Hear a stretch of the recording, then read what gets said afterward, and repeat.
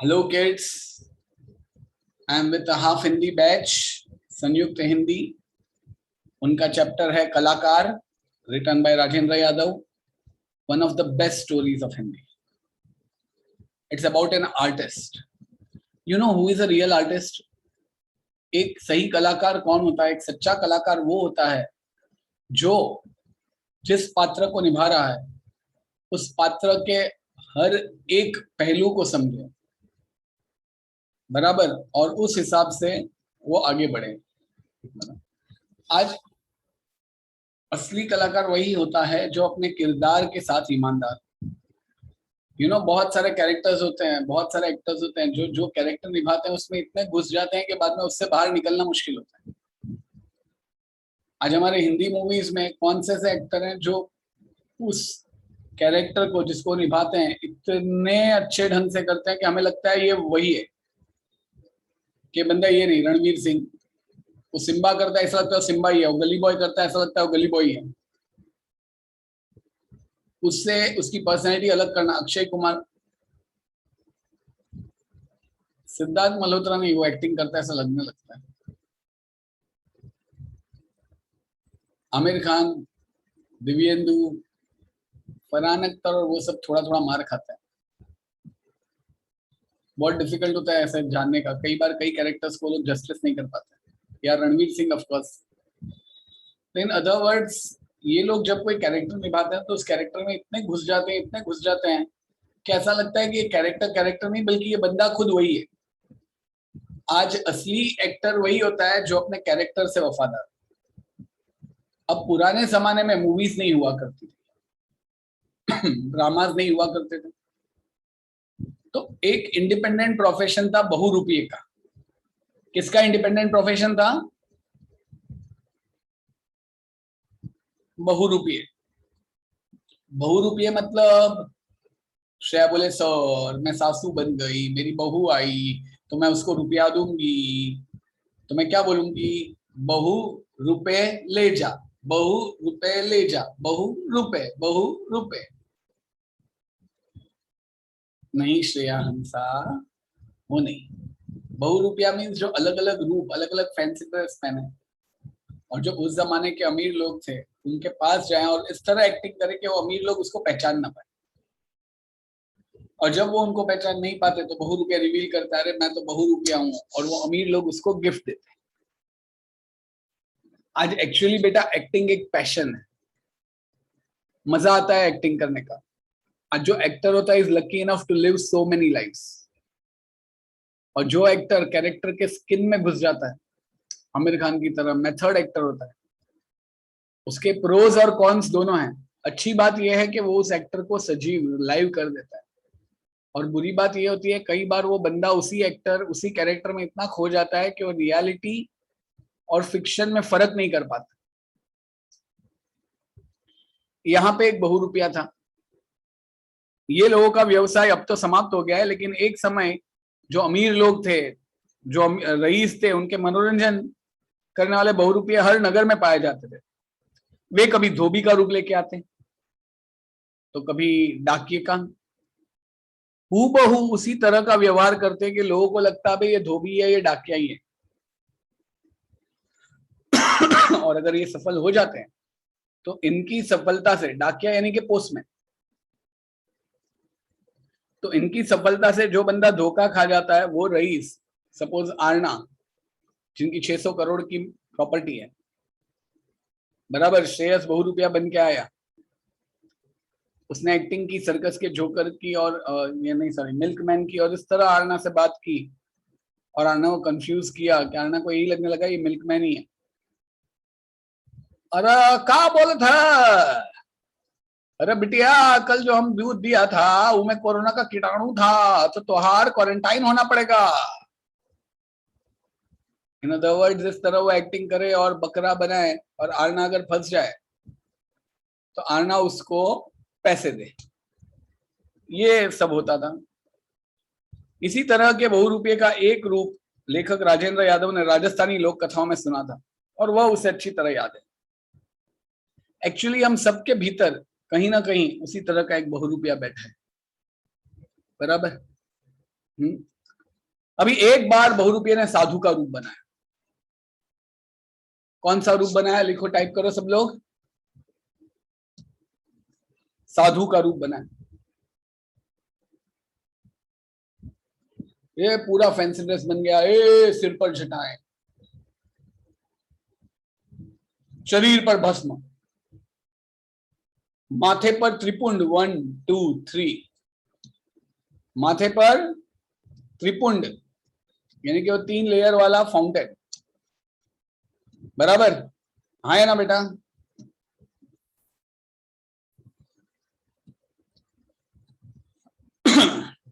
माथे पर त्रिपुंड यानी कि 3 लेयर वाला वो अमूड़ा, 1 2 3, कमर में लंगोटी, उसके रूप में कहीं कोई कसर नहीं थी। ऐसा लग रहा था कोई संसार त्यागी साधु ही लगता था। उसने नगर के बाहर बड़े से पेड़ के नीचे अपनी झोपड़ी तैयार कर दी। समझो ये श्रेयस पाटिल वो साधु है, वो बहुरूपिया है। बगीचा लगाया और बैठकर तपस्या करने लगा। बराबर? धीरे धीरे सारे नगर में यह समाचार फैलने लगा कि बाहर एक बहुत पहुंचे हुए महात्मा आए हुए, उन्होंने आकर डेरा लगाया। डेरा लगाया मीन्स अपना पूरा सामान जमाया है, उन्होंने घर अपना बसाया है उधर। बस फिर क्या था, लोग उसके दर्शनों के लिए आने लगे। और हमारे वहां religion is the most profitable business, है ना? सब आने लगे। धीरे धीरे लोग उसके दर्शनों, और धीरे धीरे चारों तरफ साधु का यश फैल गया, फेम फैल गया। और आपको पता है ना, लोग तो मिर्च मसाला डाल के बात करते हैं। बराबर? है ना? श्रेयस बोले, अरे यार मेरे हाथ में कुछ लग गया यार, पता नहीं क्या। साहिल, अबे खून के फव्वारे निकल गए उसको तो। संयम, अरे पूरा हाथ खून से लथपथ हो गया। अरे लथपथ क्या, वो तो बेहोश हो गया। अनुष्का, अरे बेहोश क्या, उसमें कोरोना के विषाणु थे, उसको तो 10 दिन क्वारंटाइन कर दिया। और अबे वो तो अभी हॉस्पिटल में है। हम लोग कैसा इसको खबर का क्या बेखबर हो जाता है, वैसे ही यहाँ पे सारे लोग उसकी तारीफ करने लगे। सारे दिन उसके यहाँ भीड़ लगने लगी। लोग कहते थे महात्मा जी के उपदेशों में जादू है, उनके आशीर्वाद से संसार के बड़े से बड़े कष्ट दूर हो जाते हैं। अपनी इस कीर्ति यानी कि इस फेम से साधु को कभी कभी बड़ा आश्चर्य होता है, मैं तो कुछ नहीं कर रहा हूं यार, ये मेरे उपदेशों में कौन सा जादू है, मैं तो जो मन में वो डायलॉग बोल रहा हूं। जीवन क्या है बेटा, ये जीवन तो मिथ्या है, ये जीवन कुछ काम का नहीं है। मत कर माया को अहंकार, मत कर काया को अभिनामान, काया घार से साची। बराबर?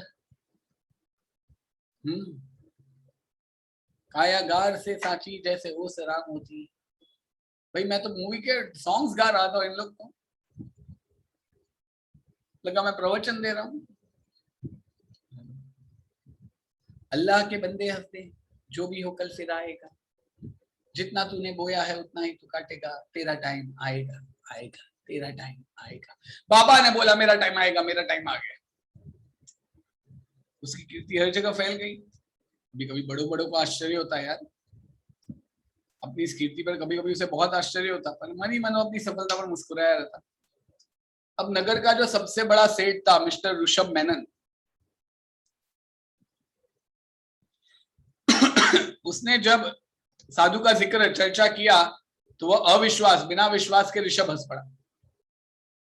बोला ऐसे ढोंगी जाने यहाँ कितने आते रहते हैं, और वो अपने कारोबार काम में लग गया। साधु का नाम चारों ओर फैलता जा रहा था।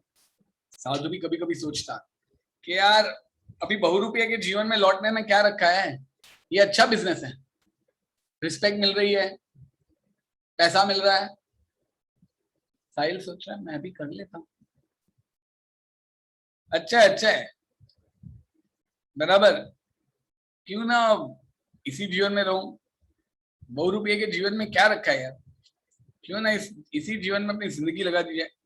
फिर उसका मन धिक्कारने लगता, ए तू बहुरूपिया है, तू कौन है? बहुरूपिया है, तेरा धर्म है एक्टिंग करना, बराबर? तो अपने असली पेशे के साथ बेईमानी करेगा।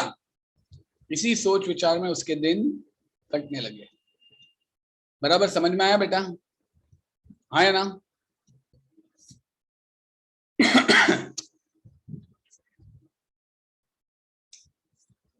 इसी सोच विचार में उसके दिन निकलने लगे।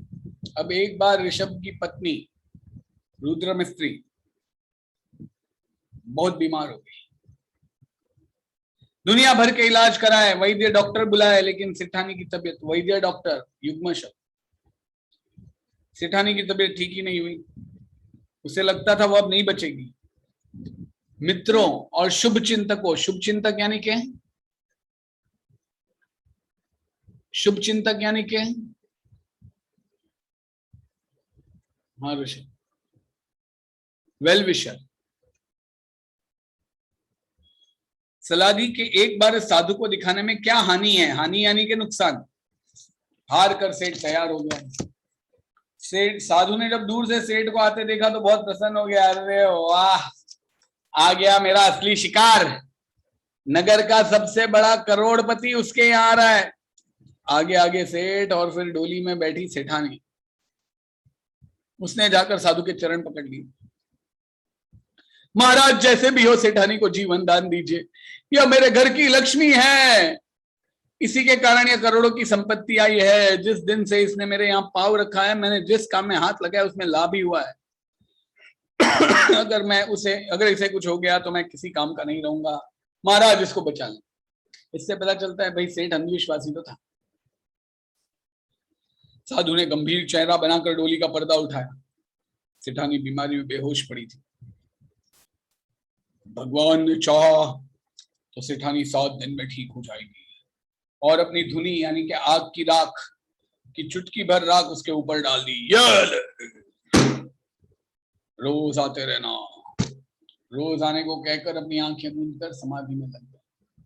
अब एक्चुअली इसने तो फेंका था, मगर कई बार विश्वास है ना, कुछ भी करवा देता है। ये विश्वास है कि ये ठीक हो जाएगा, पता नहीं उसके अंदर की इम्यूनिटी बूस्ट हो गई या क्या हुआ, सेठानी ठीक हो गई। साधु को खुद आश्चर्य था, अबे मैंने क्या भभूति दी यार, मैंने कहा कि उसको ओडुसोल पिला दिया यार कि उसकी खांसी गायब हो गई। क्या हो गया भाई? सेठानी रोज, बेटा समझ में आया? सेठानी रोज आने लगी। संयोग किस्मत की बात, धीरे धीरे उसकी तबीयत भी सुधरने लगी। 7-8 दिनों में उसकी बीमारी समाप्त हो गई। अब तो सेठ को साधु पर घनघोर पूरे का पूरा विश्वास हो गया और वो रोज उसके पास आने लगा। बाबा, सेठानी ठीक हो गई, लेकिन सेठ रोज आता। बाबा कितना अच्छा बोलते हैं, जय बाबा की। बाबा की दरबार में सब आने लगे। साधु उस रोज उपदेश दिया करता, यह संसार माया है। साहिल बोले, पर माया कौन है सर? अबे माया यानी कि भ्रम, इल्यूशन। धन का लोभ आदमी को आदमी नहीं रहने देता। जितना धन बढ़ता जाता है उतना लोभ भी बढ़ता जाता है। सच्चा सुख धन का त्याग करने में, इस माया मोह से उठकर भगवान के चरणों में ध्यान लगाने में ही सच्चा सुख है। सोना तो मिट्टी है। तो ईशान बोले, सर तो मुझे मिट्टी वाला बनना है। और मिट्टी का मोह पालकर आज तक किसी को शांति पाई है? इस जगत सराय में मुसाफिर रहना 2 दिन का, क्यों वृथा करे गुमान मूर्ख इस पल और यौवन का। ना ही भरोसा कल का, यूं ही मर जाएगा। 2 दिन की जिंदगी है, 2 दिन का मेला। साधु ने लगता है स्कैम 1992 देखा। Yeah, usually it was like placebo effect on his wife. Very good of you. साधु तो एकदम चकित हो गया। अरे हाँ भाई, मत कर माया को अहंकार, मत कर काया को अभिमान, कायागार से साची। साधु ने घोड़े, ऊंटों और बैलगाड़ियों में अपनी सारी संपत्ति लाद दी और सीधा पहुंच गया स्वामी की तरफ। अब उस दिन साधु ने देखा कि घोड़ों, ऊंटों और बैलगाड़ियों का झुंड उसकी कुटी, उसकी झोपड़ी की ओर चला रहा है। मन में संदेह हुआ, अबे लोगों को उसकी असलियत का पता तो नहीं चल गया और आके धोने को आ रहे हैं और ये सरकार के आदमी से पकड़ने चले आ रहे हैं। वह भी यही सोच रहा था कि उस झुंड के आगे आगे वही सेठ था। सेठ पास आया, उसने साधु को प्रणाम किया और साधु के वो चरणों में गिर पड़ा। गाड़ियों घोड़ों ऊंटों से सोने चांदी के गहने मोहरे और जवारों से भरे कलसे यानी के पूरे बड़े बड़े वेसल्स उतारे। देखते देखते कुटी के सामने ढेर लग गया। साधु का तो जैकपॉट लग गया बहु रुपये का। सेठ ने साधु से कहा, महाराज आपके उद्देश्यों में मुझे सच्चा ज्ञान प्राप्त हो गया। इस संसार से मेरा मन फिर गया है। झूठ कपट में से मैंने जो भी धन कमाया वह सब है आपके चरणों में रख दिया है। इसका जो आप चाहे गरीबों में बांट दे या मंदिर बनाए, मुझे बस अपना शिष्य बना दे, क्योंकि मुझे तो मत कर माया को अहंकार, मत कर काया को अभिमान का या सच। आज कोई दूसरा होता तो उसको तो लगता है यार ये जैकपॉट है, इतना सारा धन, पूरी लाइफ कुछ कमाने की जरूरत नहीं भाई, सामने से चल के आया है, लॉटरी गया, ये तो उसको पूरा लोटो लग गया है ना। गंभीर होकर साधु ने उत्तर दिया, जिस धन को मैं तुझे त्यागने का उपदेश देता हूं, तू उसकी माया में मुझे ही फंसा रहा है। अबे जो तेरे लिए मिट्टी है वो मेरे लिए तो मिट्टी और भी पहले से था, मैं इसे हाथ नहीं लगा सकता। और सचमुच उसने धन नहीं लिया, समझा बुझाकर सेठ को लौटा दिया। महात्मा की इस महानता से सेठ की आंखों में आंसू आ गए। क्या बाबा है, इतना सारा पैसा तो कोई भी ले ले, इसने तो एक ढेला भी नहीं लिया। और वो बहु रुपया अपने आप से सोच रहा है, मेरे को क्या हो गया, हर रोज नए नए कैरेक्टर लेके जगह जगह घूमता हूँ। ये अमीर लोगों के पास से 1000 की उम्मीद करता हूँ, ये लोग 1 रुपया देते हैं। और आज खुद चल के इसने मेरे को करोड़ों की संपत्ति दी और मैं ना बोल रहा हूं। उसने ना क्यों बोला? देख, अगले दिन जब सेठ आया तो उसने देखा साधु का कहीं पता नहीं, इधर उधर खोजा, कहीं कोई नहीं था। इतने में किसी ने आकर उसके चरण पकड़ लिए। सेठ मेरा इनाम दे। वो बोले, बे कैसा इनाम, मैं तो साधु बाबा को ढूंढ रहा हूं। अबे उठ, कौन है? सेठ ने आश्चर्य से उस व्यक्ति को देखकर पूछा। कसूर माफ करना सेठ जी, मैं वही कल वाला महात्मा हूँ जिसके चरणों में आप गिर पड़े थे। मैं साधु वाधु कुछ नहीं हूँ, आपका सेवक बहु रुपया हूँ। जब आप जैसे चतुर को मैंने धोखा दे दिया तो मुझे अपनी कला का बहुत बड़ा इनाम मिलना चाहिए है। अपराधी भाव से बहु रुपया सिर झुकाया खड़ा था।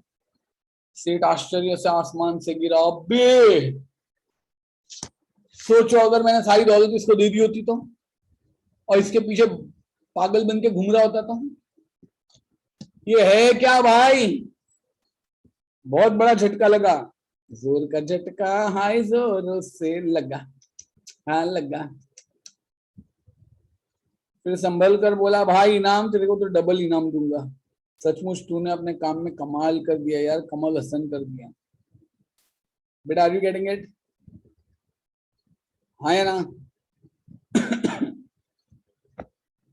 इनाम तो मैं तुझे दूंगा, सचमुच तूने काम में कमाल कर दिया। लेकिन एक बात बता, कल जब मैं अपनी सारी संपत्ति तेरे पास ले आया तो तूने उसे क्यों नहीं स्वीकार किया? अगर तू उसे ले लेता तो आज तू सेठ होता यार, तुझे इस तरह इनाम मांगने की जरूरत नहीं होती। बहु रुपया नम्रता से बोला। सेठ जी, यह बात मेरे मन में भी आई थी कि इस समय सारी संपत्ति लेकर आज मैं कहीं का कहीं जा सकता हूँ, लेकिन फिर मेरे मन ने कहा कि यह गलत है, यह गलत है। यह फिर मेरे मन में, सेठ जी यह बात मेरे मन में भी आई थी, इस समय सारी संपत्ति लेकर आज मैं कहीं का कहीं जा सकता था।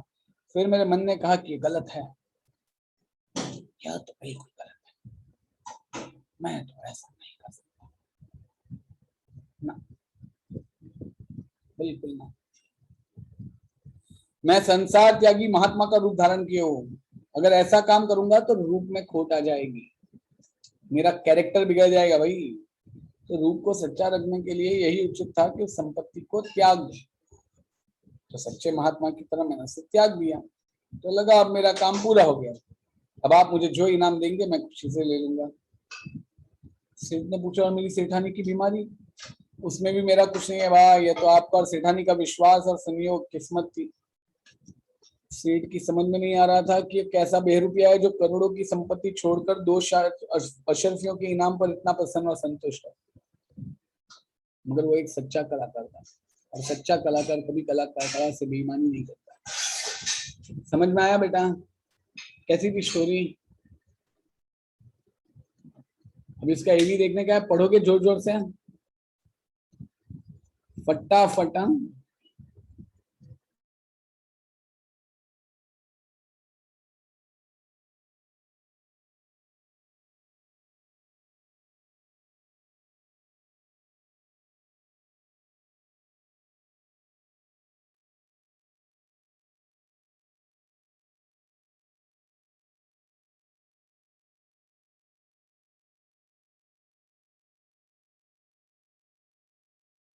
बहुरूपियों के बारे में हम सब जानते हैं।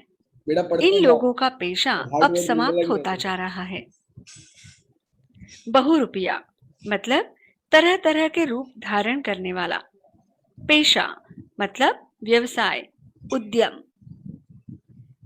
किसी समय रईसों और अमीरों का मनोरंजन करने वाले बहुरूपिये प्रायः हर नगर में पाए जाते थे। ये कभी धोबी का रूप लेकर आते थे, कभी डाकिये का। हूबहू उसी तरह का व्यवहार करके ये प्रायः लोगों को भ्रम में डाल देते थे। इनकी इसी सफलता से धोखा खा जाने वाला रईस इन्हें इनाम देता था। उसी तरह के बहुरूपिये का एक रूप मैंने राजस्थानी लोक कथाओं में सुना था, और मुझे वो अभी भी अच्छी तरह याद है। लगता है कि हम सब के भीतर कहीं ना कहीं उसी तरह का एक बहुरूपिया बैठा है। एक बार एक बहुरूपिये ने साधु का रूप बनाया। सिर पर जटाएं, नंगे शरीर पर भस्म, माथे पर त्रिपुंड, कमर में लंगोटी। उसके रूप में कहीं कोई कसर नहीं थी। आपने देखा ना, त्रिपुंड मतलब भस्म की 3 आड़ी रेखाओं का तिलक, और वो संसार त्यागी साधु ही लगता था। उसने नगर से बाहर बड़े से पेड़ के नीचे अपनी झोपड़ी तैयार की, बगीचा लगाया और बैठकर तपस्या करने लगा। धीरे धीरे सारे नगर में ये समाचार फैलने लगा कि बाहर एक बहुत पहुंचे हुए महात्मा ने आकर डेरा लगाया है। डेरा लगाना मतलब निवास के लिए जम जाना। लोग उसके दर्शनों को आने लगे और धीरे धीरे चारों तरफ साधु का यश फैल गया। सारे दिन उसके यहाँ भीड़ लगी रहती थी। लोग कहते थे कि महात्मा जी के उपदेशों में जादू है, और उनके आशीर्वाद से संसार के बड़े से बड़े कष्ट। बारे में क्या कहा करते थे, ये अपना कॉम्प्रिहेंशन में आएगा कि उपदेशों में जादू है और उसके संसार के सारे कष्ट, बड़े से बड़े कष्ट दूर हो जाते हो जाते हैं। अपनी इसी कीर्ति से साधु को कभी कभी बड़ा आश्चर्य होता। कीर्ति यश कभी कभी युग्म शब्द, और मन ही मन वो अपनी सफलता पर मुस्कुराया करता।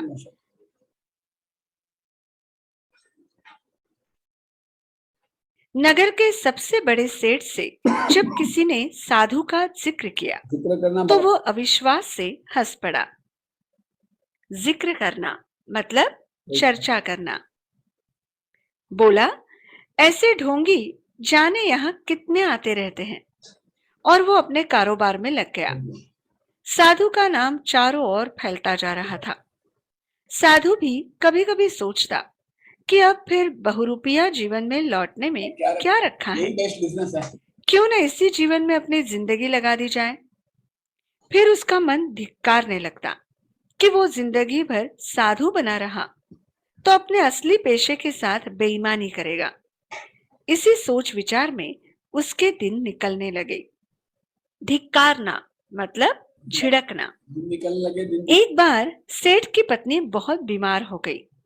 दुनिया भर के इलाज कराए गए, वैद्य डॉक्टर बुलाए, लेकिन सेठानी की तबीयत ठीक ही नहीं हुई। उसे लगता था कि अब वो नहीं बचेगी। मित्रों और शुभचिंतकों ने सलाह दी कि एक बार लोगों ने सलाह दी, तो सर्कल करो मित्र और शुभचिंतक। और हानि नुकसान, और हानि का ऑपोजिट फायदा। उस साधु को दिखा देने में लाभ, क्या लाभ, हानि है? लाभ, हानि का ऑपोजिट लाभ है। शुभ चिंतन मतलब किसी कार्य या व्यक्ति के बारे में अच्छा सोचने वाला। हार कर सेठ तैयार हो गया। साधु ने जब दूर से सेठ को आते देखा तो बहुत प्रसन्न हो गया। चलो आया नगर का सबसे बड़ा करोड़पति उसके यहाँ आ रहा था। आगे आगे सेठ और फिर डोली में बीमार सेठानी। उसने जाकर साधु के चरण पकड़ लिए। महाराज, जैसे भी हो सेठानी को जीवन दान दीजिए। ये मेरे घर की लक्ष्मी, ये मेरे घर की लक्ष्मी है। इसी के कारण ये करोड़ों की संपत्ति आई है। जिस दिन से इसने मेरे यहाँ पांव रखा है, मैंने जिस काम में हाथ लगाया उसमें लाभ ही हुआ है। अगर इससे कुछ हो गया तो मैं किसी काम का नहीं रहूंगा। साधु ने गंभीर चेहरा बनाकर डोली का पर्दा उठाया। सेठानी बीमारी में बेहोश पड़ी थी। भगवान ने चाहा तो सेठानी 7 दिन में ठीक हो जाएगी। उसने धूनी की चुटकी भर राख उसके ऊपर डाल दी। आग जलती है ना, फिर रोज आने को कहकर अपनी आंखें मूंद कर समाधि में लग गया। धूनी मतलब साधुओं द्वारा बनाया गया अग्निकुंड। सेठानी रोज आने लगी। संयोग की बात, धीरे धीरे उसकी तबीयत भी सुधरने लगी। 7-8 दिनों में उसकी बीमारी समाप्त होने लगी। सेठ को साधु पर घनघोर विश्वास हो गया और वो रोज उसके पास आने लगा। सेठानी ठीक हो गई, लेकिन सेठ रोज आता रहा। साधु उसे रोज उपदेश दिया करता। ये संसार माया है। माया मतलब कोई ऐसा कार्य या बात जो सत्य न होते हुए भी सत्य और ठीक जान पड़े। धन का लोभ आदमी को आदमी नहीं रहने देता। जितना धन बढ़ता जाता है, लोभ भी उतना ही बढ़ता जाता है। सच्चा सुख धन का त्याग करने में है। इस माया मोह से उठकर भगवान के चरणों में ध्यान लगाने में ही सच्चा सुख है। सोना तो मिट्टी है और मिट्टी का मोह पालकर आज तक किसी ने शांति नहीं पाई। धीरे धीरे साधु के उपदेशों का प्रभाव सेठ पर पड़ने लगा। एक दिन साधु ने देखा कि घोड़ों, ऊंटों और बैलगाड़ियों का झुंड उसकी कुटी की तरफ चला आ रहा है। कुटी मतलब झोपड़ी। मन में संदेह हुआ कि लोगों को उसके बारे में यार पता चल गया है। बेटा समझ में आ रहा है कि नहीं आ रहा है?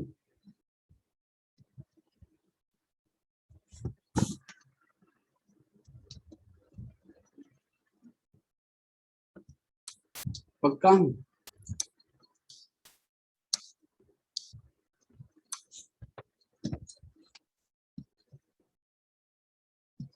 अब तक का क्लियर हो रहा है ना बेटा?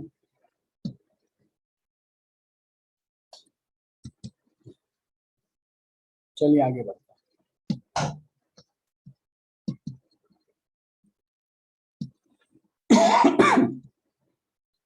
उसकी असलियत का पता तो नहीं चल गया और ये सरकार के आदमी उसे पकड़ने चले आ रहे हैं। संदेह मतलब संशय, शंका। वो अभी यही सब सोच ही रहा था कि देखा उस झुंड के आगे आगे वही सेठ है। सेठ पास आया। उसने साधु को प्रणाम किया। गाड़ियों, घोड़ों, ऊंटों से सोने चांदी के गहनों, मोहरों और जवाहरों से भरे कलसे उतारे गए। देखते देखते कुटी के सामने ढेर लग गया। सेठ ने साधु के चरण पकड़कर कहा, महाराज, आपके उपदेशों से मुझे सच्चा ज्ञान प्राप्त हो गया है और इस संसार से मेरा मन फिर गया है। झूठ कपट से मैंने जो धन कमाया है वो सब मैं आपके कमाया। झूठ कपट ये है अपना युग्म शब्द के चरणों में रख रहा हूँ। इसका जो भी आप चाहे करें, गरीबों में बांट दे या मंदिर बनवा दे, मुझे अपना शिष्य बना ले। गंभीर होकर साधु ने उत्तर दिया, जिस धन को मैं तुझे त्यागने का उपदेश दे रहा हूँ, तो उसकी माया में मुझे क्यों फंसाता है? जो तेरे लिए मिट्टी है वो मेरे लिए मिट्टी तो और भी पहले है। मैं इसमें हाथ नहीं लगा सकता। और सचमुच उसने धन नहीं लिया। समझा बुझाकर सेठ को लौटा दिया। महात्मा की इस महानता से सेठ की आंखों में आंसू आ गए। अगले दिन जब सेठ आया तो उसने देखा कि साधु का कहीं पता नहीं है। इधर उधर खोजा, कहीं भी कोई नहीं था। इतने में किसी ने आकर उसके चरण पकड़ लिए। सेठ, मेरा इनाम दे। कैसा इनाम? तू कौन है? सेठ ने आश्चर्य से उस व्यक्ति को देखकर पूछा। कसूर माफ करना सेठ जी, मैं वही कल वाला महात्मा हूँ। मैं साधु वाधु कुछ नहीं, आपका सेवक बहुरूपिया हूँ। जब आप जैसे चतुर आदमी को मैंने धोखा दे दिया तो मुझे अपनी कला का बहुत बड़ा इनाम मिलना चाहिए। अपराधी भाव से बहुरूपिया सिर झुकाए खड़ा था। सेठ आश्चर्य के मारे आसमान से गिरा। फिर संभल कर बोला, इनाम तो मैं तुझे दूंगा। सचमुच तूने अपने काम में कमाल कर दिया। लेकिन एक बात बता, कल जब मैं अपनी सारी संपत्ति तेरे पास ले आया था तो तूने उसे क्यों नहीं स्वीकार किया? अगर तू उसे ले लेता तो आज तू सेठ होता। तुझे इस तरह इनाम मांगने की जरूरत नहीं रहती। बहुरूपिया नम्रता से बोला, सेठ जी, ये बात मेरे मन में भी आई थी। इस समय सारी संपत्ति लेकर आज मैं कहीं का कहीं जा सकता था। फिर मेरे मन ने कहा कि ये गलत है। मैं संसार त्यागी महात्मा का रूप धारण किए हुए हूँ। अगर ऐसा काम करूंगा तो रूप में खोट आ जाएगी। खोट मतलब दोष, बुराई। रूप को सच्चा रखने के लिए यही उचित है कि मैं इस संपत्ति को त्याग दूं। सो सच्चे महात्मा की तरह मैंने उसे त्याग दिया तो लगा कि अब मेरा काम पूरा हो गया। अब आप जो इनाम मुझे देंगे खुशी से ले लूंगा। और मेरी सेठानी की बीमारी? सेठ ने पूछा। उसमें भी मेरा कुछ नहीं है। वो तो आपका और सेठानी का विश्वास और संयोग था। सेठ की समझ में सचमुच नहीं आ रहा था कि कैसा ये बहुरूपिया है जो करोड़ों की संपत्ति छोड़कर दो चार अशरफियों के इनाम पर इतना प्रसन्न और संतुष्ट है। अशरफी मतलब मूल्यवान धातु के सिक्के। बेटा समझ में आया? समझ में आया बेटा? अभी आप लोग को होमवर्क में क्या रहेगा? Complete auction homework. ये चैप्टर तो मैं ऐसा 2 बार रीड कर दिया, तो रीड चैप्टर कैसे वैसे ही लर्न मीनिंग्स एंड मुहावरे एंड LWC मुहावरे सीधी लिखते जाइए। Read complete homework of auction. पहले 1 मिनट इसको बाय बोल दें हम लोग रिकॉर्डिंग को। बाय।